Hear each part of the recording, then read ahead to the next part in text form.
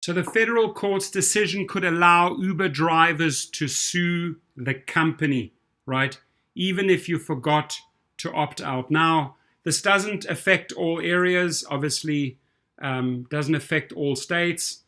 But should your employer be able to stop you from joining a class action, California bill could pave the way for labor rights for Uber drivers in Philadelphia. Working harder and getting less. Good old days of rideshare are gone, the Philly drivers say. If you're a Philly driver and you believe what I just read is true, please shout out, leave a message. Working harder and getting less. Good old days of ride sharing are gone, says Philly drivers. Let me know. Anyway, the U.S. Court of Appeals for the Third Circuit ruled that Uber drivers may be able to join a class action suit against the company because of an exemption to the Federal Arbitration Act that covers transportation workers. This is huge, my friends, right? So if you're going in with a lawsuit, Uber shuts you down and says, hang on, you can't sue us. You signed your rights away. You can only go through arbitration. We may get lucky here, right? The ruling, definitely in our favor, could give us the legal power to go ahead and actually sue them. I believe it can only be done in form of a class action suit. I'm going to keep on reading the article to you. I'm also going to leave a link for you at the end of the video.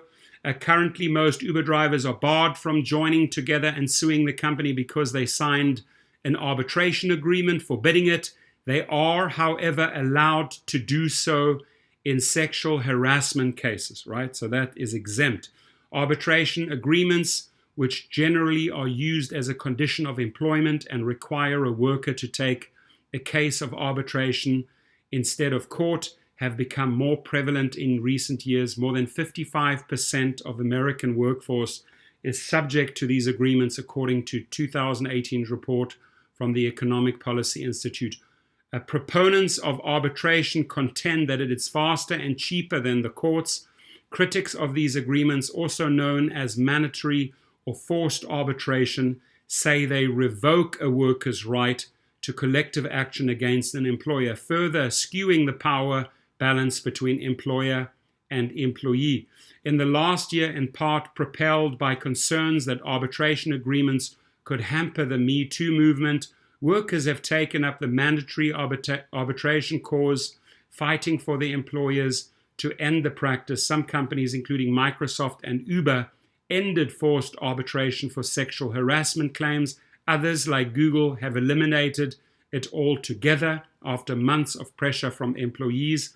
And the class action against Uber was originally brought by Jaswinder Singh, a former Uber driver based in Monmouth County, New Jersey, who said he regularly worked more than 40 hours a week and was entitled to overtime pay because he was misclassified as an independent contractor. A district court originally ruled that Singh had to follow the arbitration agreement and could not bring the case to court. But this week, the appeals court, right?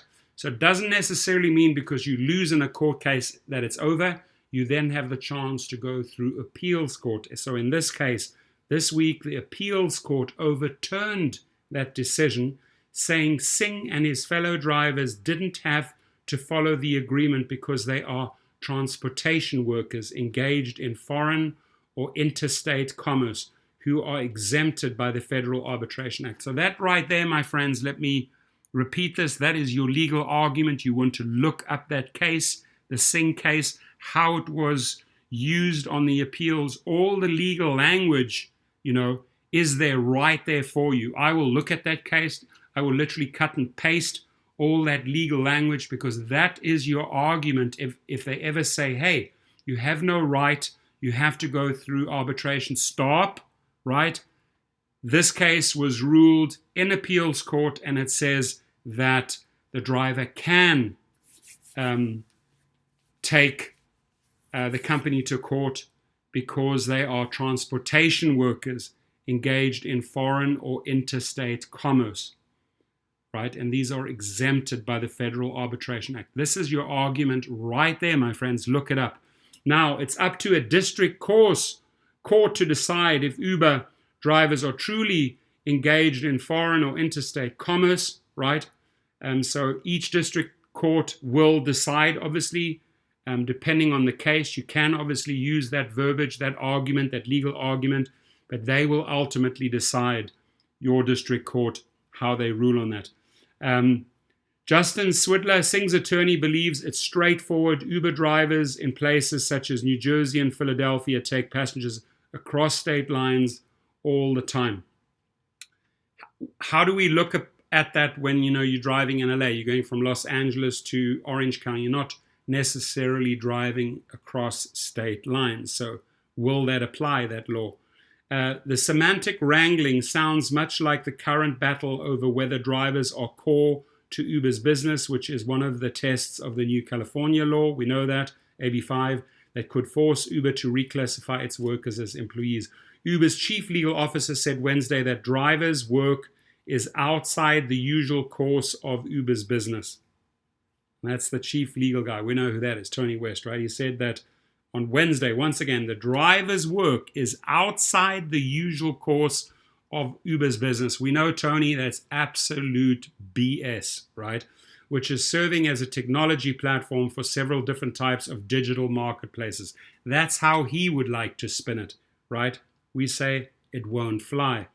It's the first time a court has upheld this exemption as a way to invalidate Uber arbitration agreements, Swidler said, and it could pave the way for thousands of drivers' arbitration agreements to become null.